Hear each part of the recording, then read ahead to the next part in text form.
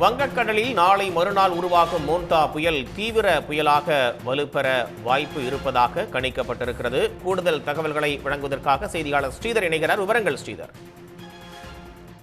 தமிழ்குமரன், தென்கிழக்கு வங்கக்கடல் பகுதிகளில் நேற்று காலை உருவான குறைந்த காற்றழுத்த தாழ்வு பகுதி படிப்படியாக இன்று காற்றழுத்த தாழ்வு மண்டலமாக வலுவடைந்திருக்கிறது. இந்த காற்றழுத்த தாழ்வு மண்டலம் மேற்கு வடமேற்கு திசையில் நகர்ந்து நாளை ஆழ்ந்த காற்றழுத்த தாழ்வு மண்டலமாகவும் திங்கட்கிழமை அதிகாலை புயலாகவும் வங்கக்கடலில் வலுப்பெற வாய்ப்பு இருப்பதாக இந்திய வானிலை ஆய்வு மையம் அறிவித்துள்ளது.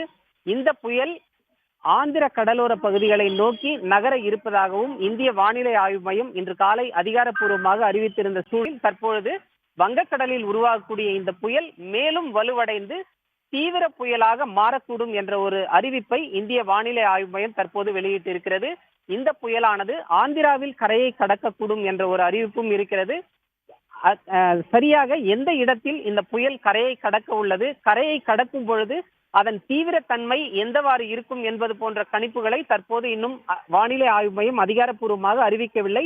தொடர்ச்சியாக இந்த வானிலை நகர்வுகளை தீவிரமாக கண்காணித்து வருவதாகவும் அதனுடைய தீவிர தன்மை, நகரும் பாதை ஆகியவற்றை கண்காணித்து எந்த பாதையில் பயணிக்கிறது, எங்கு கரையை கடக்க உள்ளது, கரையை கடக்கும் பொழுது அதன் தீவிர தன்மை புயலாக இருக்குமா அல்லது தீவிர புயலாக கரையை கடக்கக்கூடுமா என்பது குறித்த தகவல்களை அடுத்தடுத்த செய்தி குறிப்புகளில் வானிலை ஆய்வு மையம் தெரிவிக்கும்.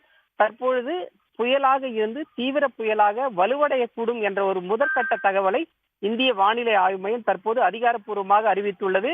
புயலாக இருக்கும் பட்சத்தில் 62 முதல் 87 கிலோமீட்டர் வரை காற்றின் வேகம் இருக்கும். தற்பொழுது தீவிர புயலாக வலுவடைய இருப்பதால் இதன் காற்றின் வேகம் என்பது 88 முதல் 117 கிலோமீட்டர் வரை சூறை காற்று வீசுவதற்கான வாய்ப்புகள் இருப்பதாகவும் இந்திய வானிலை ஆய்வு மையம் தற்போது தெரிவித்துள்ளது. தமிழ்குமரன், விரிவான தகவல்களுக்கு நன்றி ஸ்ரீதர். உடனுக்குடன் செய்திகளை தெரிந்து கொள்ள சன் நியூஸ் பெல் ஐகானை கிளிக் பண்ணுங்க.